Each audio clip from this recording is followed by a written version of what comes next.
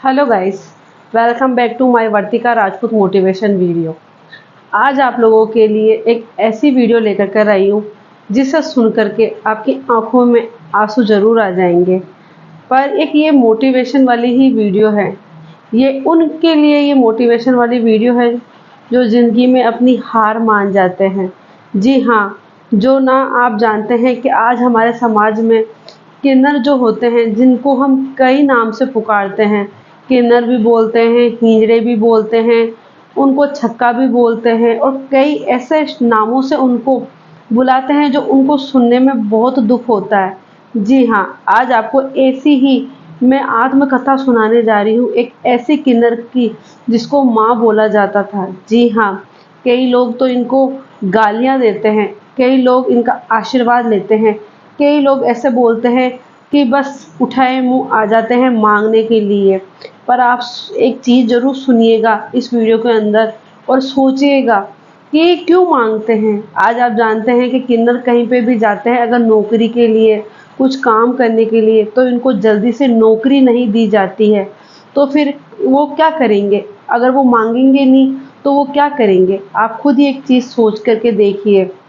जी हाँ, जब मैंने इनकी आत्मकथा सुनी तो वास्तव में मेरे खुद के ही आँखों में आँसू आने लगे कि हम इंसान किसको कैसे भी जज जज कर लेते हैं किसी भी बात पे, पर उसके पीछे की कहानी उसे नहीं जानते हैं।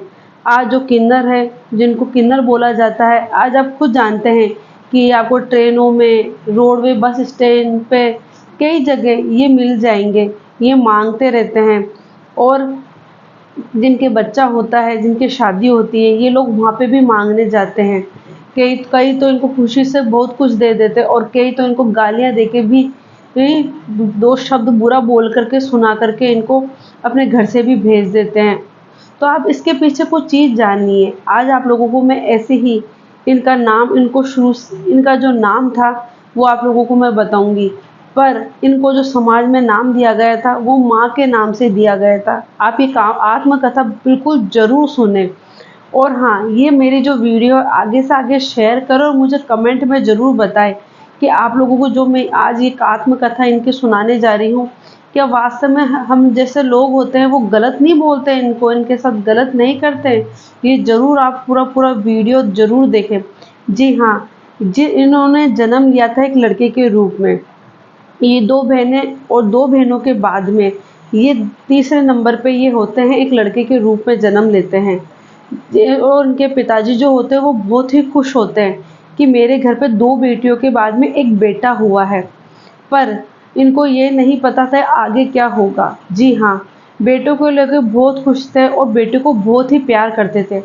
जैसे ही ये बेटा, जिनको माँ नाम दिया गया था, ये जब धीरे-धीरे बड़ा होने लगता है तो ये ज़्यादा करके पढ़ाई ही पढ़ाई में दिमाग लगाता है। ना खेलने-कूदने में, किसी चीज़ में कोई दिमाग नहीं। तो इसके पिताजी भी इसको बोला करते थे कि बेटा तू रात-दिन इतनी पढ़ाई करता है, तू खेलने-कूदने क्यों नहीं जाता है?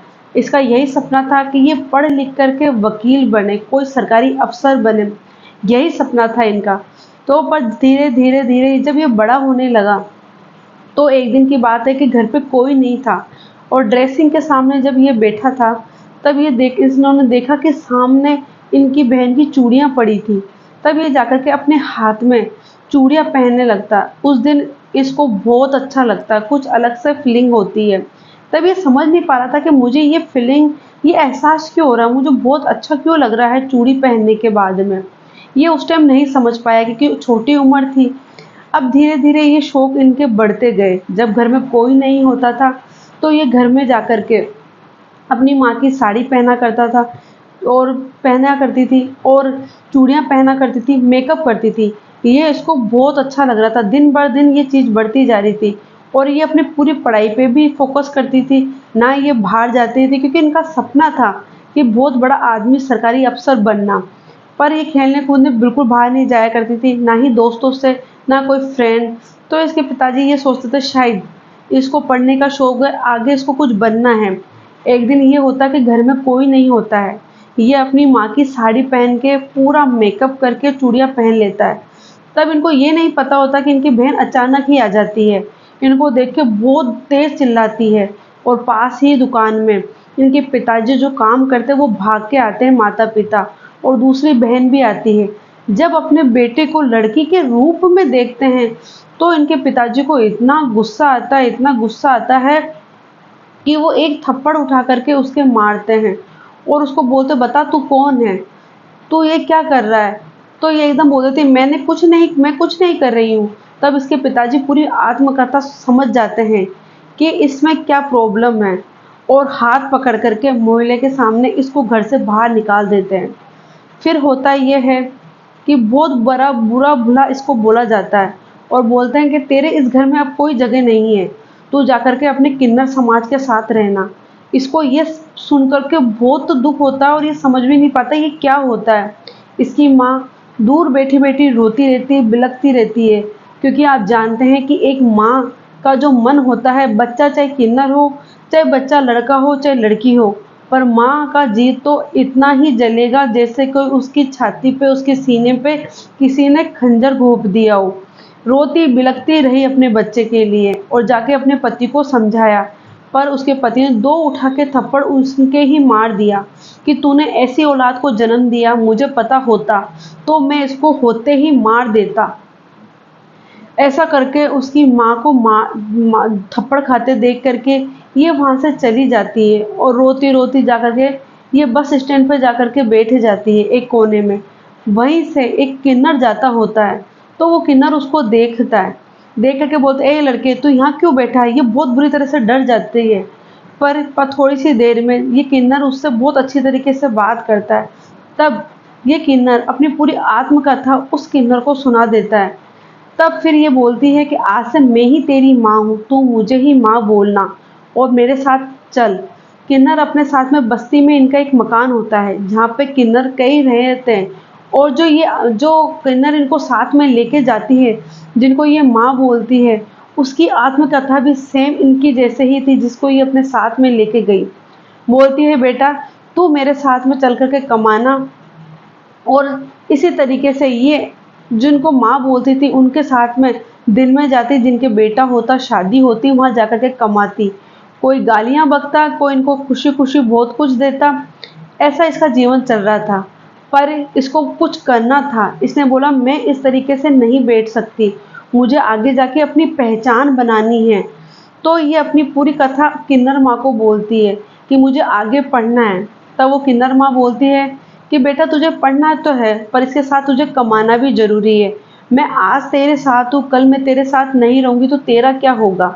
दिन में ये कमाता और रात को ये पढ़ती, और अच्छे डिवीज़न लेकर कर आती। एक टाइम ये हुआ कि जब 12वीं क्लास पढ़ने के बाद में जब ये कॉलेज गई, तो कॉलेज में वहाँ पर कई लोग इनकी मजाकें उड़ाने लगे। तब ये घर में रह के प्राइवेट ही पढ़ना स्टार्ट किया। धीरे धीरे इन्होंने पूरी पढ़ाई करी और लॉ की तैयारी करने लगी, क्योंकि इसको सरकारी वकील बनना था। और इसके लिए इन्होंने सोचा कि जब ये एग्ज़ाम देने के लिए जा रही थी तो वहाँ के लोग, कॉलेज के लोग इस लड़के जो भी है चिढ़ाने लगे कि तू तो अपने जेंडर में क्या लिखेगी, तुझे तेरा जेंडर भी पता है। ये सुन करके उसको बहुत दुख होता है और वो कोर्ट में एक फाइल दर्ज करती है थर्ड जेंडर की, और कई टाइम तक केस चलने के बाद में सरकार थर्ड जेंडर की एक पहचान घोषित कर देती है, जिससे इनको एक पहचान मिलती है। ये बहुत कोशिश करने के बाद में होता है। और जो ये होती है, इन्होंने लॉ की पढ़ाई अपनी बिल्कुल जारी रखती है। बाहर लोग बोलते हैं, ओहो अब ये भी लॉ की पढ़ाई करेंगे, अब ये भी वकील बनेंगे, अरे ये तो है ही ऐसे, इनको तो समाज में रहने का भी वो नहीं है। इस तरीके से इनको सुनाया जाता था। इसको बहुत दुख होता था कि भगवान ने हमें ऐसा बनाया है तो इसमें हमारा क्या कसूर है। हमारे पास भी 2 हाथ है, 2 पैर है, 2 आंखें हैं, पूरा शरीर हमारा जो नॉर्मल इंसान है उन्हीं की तरह है, हम भी नॉर्मल ही हैं। पर कुछ जो होती है शरीर में प्रॉब्लम, जो एक जेंडर की प्रॉब्लम होती है, उसमें वो ये क्या कर सकते हैं, पर है तो इंसान ही ना। इनको ये हमेशा हर इंसान को ऐसे ही बोलती थी कि हम है तो इंसान ही, आप लोगों की जैसे ही हैं, हमें भी जान है। इस तरीके से ये अपना हमेशा पक्ष रखती थी, पर इनको अपनी पहचान बनानी थी समाज में। इनको ये था कि मैं मांग मांग करके बिल्कुल भी नहीं कमाऊंगी, और उन्होंने लॉ की पढ़ाई करी। लॉ की पढ़ाई करने के बाद में ये सरकारी वकील बनी। पर इन्होंने ठान लिया था कि जो मेरे साथ हुआ, मैं ऐसी ही लड़कियों को, गरीब लड़कियों को सहारा दूंगी। और सरकारी वकील बनने के बाद में इन्होंने एक संस्था खोली, जिसमें इन्होंने कई ऐसी लड़कियों को, और जो जेंडर प्रॉब्लम है और जो किन्नर है बोल सकते हैं आप इनको, उनको ये सपोर्ट करने लगी और उनको सहारा देने लगी। और कई ऐसी लड़कियों का जो पढ़ नहीं सकती थी, जो घर से बाहर निकाल दी जाती थी, उनको ये पूरा सपोर्ट करती थी। और इस तरीके से इन्होंने समाज में अपनी एक पहचान बनाई और इन्होंने साबित किया कि हाँ, किन्नर भी कुछ कर सकते हैं और अपनी पहचान बना सकते हैं। तो ये इनकी आत्मकथा थी। ऐसे तो अगर मैं एक छोटी-छोटी बात भी बोलूँ तो बहुत आँखों में आँसू आ जाने जैसे होंगे। आज आप लोगों ने देखा होगा कि हम कई जगह ऐसे देखते हैं कि किन्नर होते हैं, वो माँगते रहते, फिरते रहते हैं। ये क्यों माँगते हैं? इनको जल्दी से नौकरी नहीं दी जाती है, आप जानते हैं। और अगर पहले तो ऐसे भी बोला जाता था, कोई बच्चे बाहर रहते थे और कोई किन्नर आ रहा हो तो ऐसा बोलते थे कि किन्नर अब तुम्हारे बच्चों को उठा करके ले जाएँगे, अपने बच्चों को अब अपने बच्चों को अंदर ले जाओ, छुपा दो, ऐसा बोल दिया जाता था। पर आप चीज़ सोचते हैं कि हम जब किन्नर के सामने ऐसे बोलते तो उनको कितना दुःख होता होगा। एक बात ये चीज़ सोच कर के देखिए, वो भी इंसान है। पर ये लोग अपना मनोबल नहीं हारते हैं, इनको सुनने की आदत हो जाती है और ये सुनते रहते हैं। वो समझा जाता है कि ये गालियाँ बकते हैं, पर गालियाँ बकने के पीछे भी इनकी मजबूरी होती है। जब तक ये नहीं बोलते, इनको कोई 2 पैसा नहीं देता। और सोचिए, अगर ये 2 पैसा नहीं कमाएँगे, तो फिर ये खाएँगे क्या? इनका जीवन कैसे व्यतीत होगा? क्योंकि इनको नौकरियाँ जल्दी से दी नहीं जाती है। और जो किन्नर होती है, अगर वो इन चीज़ों से आगे बढ़ जाती है, अपनी पहचान बना लेती है, तो वो अपनी लाइफ़ वैसे जीती है, आगे अपनी एक पहचान बना कर के। पर समाज में इन लोगों को कई ऐसी यातनाओं का सहन करना पड़ता है, कई चीज़ें सुननी पड़ती है, कई हमारे समाज में इनको बहुत अपशब्द गलत बोला जाता है। अरे ये तो हिंजड़े हैं, ये तो छक्के हैं, ना आदमी है, ना औरत है। ऐसा कई अपशब्द इनको बोला जाता है। पर एक चीज़ ये सोचिए कि इनमें इनकी गलती होती है? बिल्कुल नहीं, ये भी अपनी माँ के पेट से ही जन्म लेते हैं। क्यों इनको घर से बाहर निकाल दिया जाता है? क्यों जन्म देने वाले माँ-बाप इनको छोड़ देते हैं? आप ये चीज़ सोचिए। भगवान ने इनको बनाया, इनका कोई कसूर नहीं है। इनको अच्छा पढ़ाएँ, अच्छा लिखाएँ, इनको अफ़सर कुछ बनाने की सोचें, आगे बढ़ाने की सोचें, तो ये उसी तरीके से नाम करेंगे जिस तरीके से एक बेटी, एक बेटा नाम करते हैं अपने माँ-बाप का, तो ये भी नाम करेंगे। होते ही कुछ अगर ऐसे लक्षण दिखाई देते हैं तो माँ-बाप उनको कहीं रोड पे छोड़ कर आ जाते हैं, वरना कोई किसी मंदिर के सामने छोड़कर आ जाते हैं, वरना कोई ऐसी संस्थाओं में दिया दिए देते हैं, या कोई ऐसे किन्नरों में इनको जा कर के दे देते हैं। तो ये बच्चे अपनी माँ की ममता से दूर हो जाते हैं, अपने माँ-बाप के प्यार से दूर हो जाते हैं। ये चीज़ हमें सोचना पड़ेगा। और ये चीज़ नहीं है तो किसी को अपशब्द तो बोलने की ज़रूरत नहीं है। तो यही मैं आपको आज एक ऐसी किन्नर की आत्मकथा मेरी वीडियो में सुनाई है कि इन्होंने हिम्मत नहीं हारी।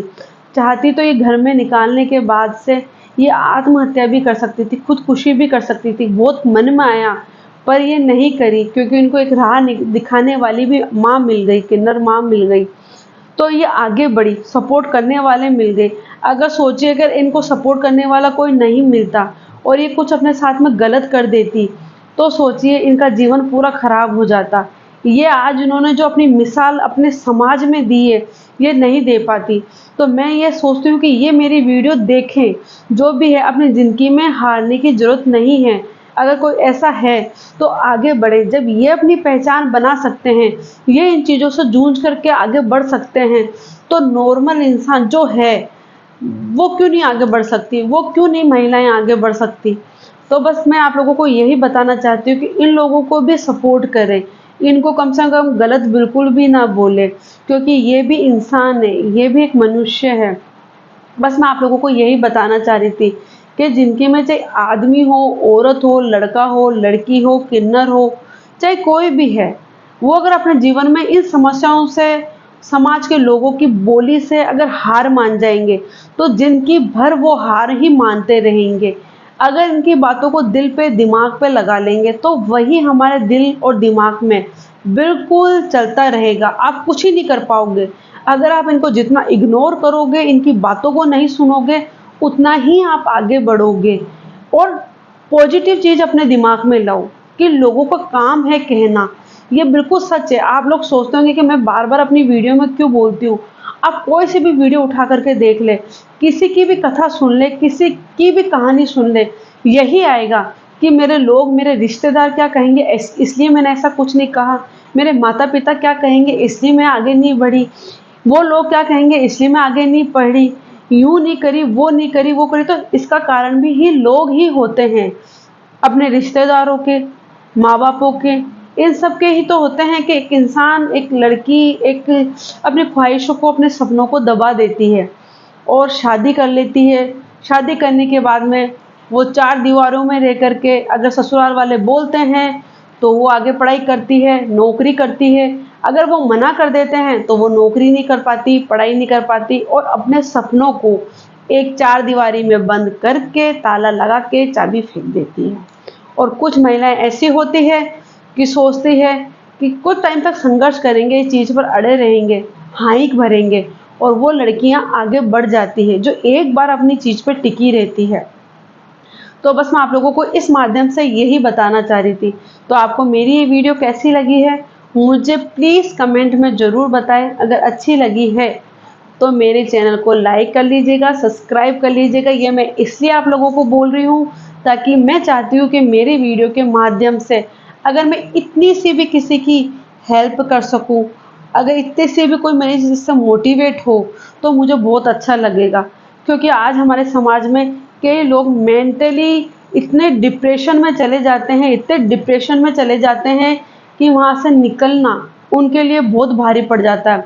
और वो लोग ऐसे सोचने लग जाते हैं कि सिर्फ़ एक दुनिया में मैं ही हूँ जो मेरे साथ ऐसा हो रहा है। नहीं, बिल्कुल नहीं, आप ऐसे इकलौते इंसान नहीं हो कि आपके ऊपर ही मुश्किलें पड़ रही है या आप ही ऐसे नहीं, मुश्किलें सब पे पड़ती है।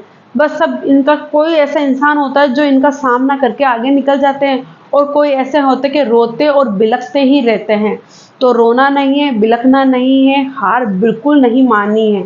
मुश्किलें तो आएँगी और जाएँगी। आप जानते हैं कि गर्मियों के दिनों में ऐसा होता है कि आंधी आती है, तूफ़ान आते हैं, फिर चले जाते हैं, वापस नॉर्मल वही ज़िंदगी हो जाती है। पर ये चीज़ थोड़ी कि हम उन चीज़ों से घबरा जाए और ताला बंद कर ले, खिड़कियाँ बंद कर ले, गेट बंद कर ले और अंदर बैठ जाए कि आंधी तूफ़ान नहीं आएगी। आएगी, वो बिल्कुल आएगी और उसकी मिट्टी, उसकी वो पूरे घर में दिखाई देगी। पर यह है कि हमको उस टाइम बाद में उसकी सफाई भी करनी पड़ती है। यूँ थोड़ी कि डर के बैठ जाए। ये एक आप लोगों को मैं मतलब एक उदाहरण बता रही हूँ। करनी पड़ती है ना। यूँ तो नहीं है कि हम चाहे कितना भी ताला लगा लें, कितना भी बंद कर, आंधी आएगी तो आएगी, तूफ़ान आएगी तो आएगी ही सही। पर इसके सामने हमें डट के खड़ा रहना है, हार नहीं माननी है, आगे बढ़ना है। जीवन है तो मुश्किलें आएगी, परेशानियाँ भी आएगी, सामना तो हमें ही करना पड़ेगा। आप रो के करो, चाहे हँस के करो। इससे अच्छा तो ये है कि आप हँस के सामना करो, तो आप डिमोटिवेट भी नहीं होंगे, आगे भी बढ़ेंगे और अपनी पहचान भी बनाएँगे। और जो लक्ष्य आपने हासिल किया है, जो सपने आपने देखे हैं, वो आप ज़रूर पूरा करोगे। ये मेरी वीडियो में ये बात ज़रूर याद रखें। तो ये उन लोगों के लिए ही वीडियो है। तो आप लाइक करें, सब्सक्राइब करें, शेयर करें। फिर मैं मिलती हूँ आप लोगों को एक कुछ नई वीडियो के साथ में। जब तक के लिए नमस्ते, जय हिंद।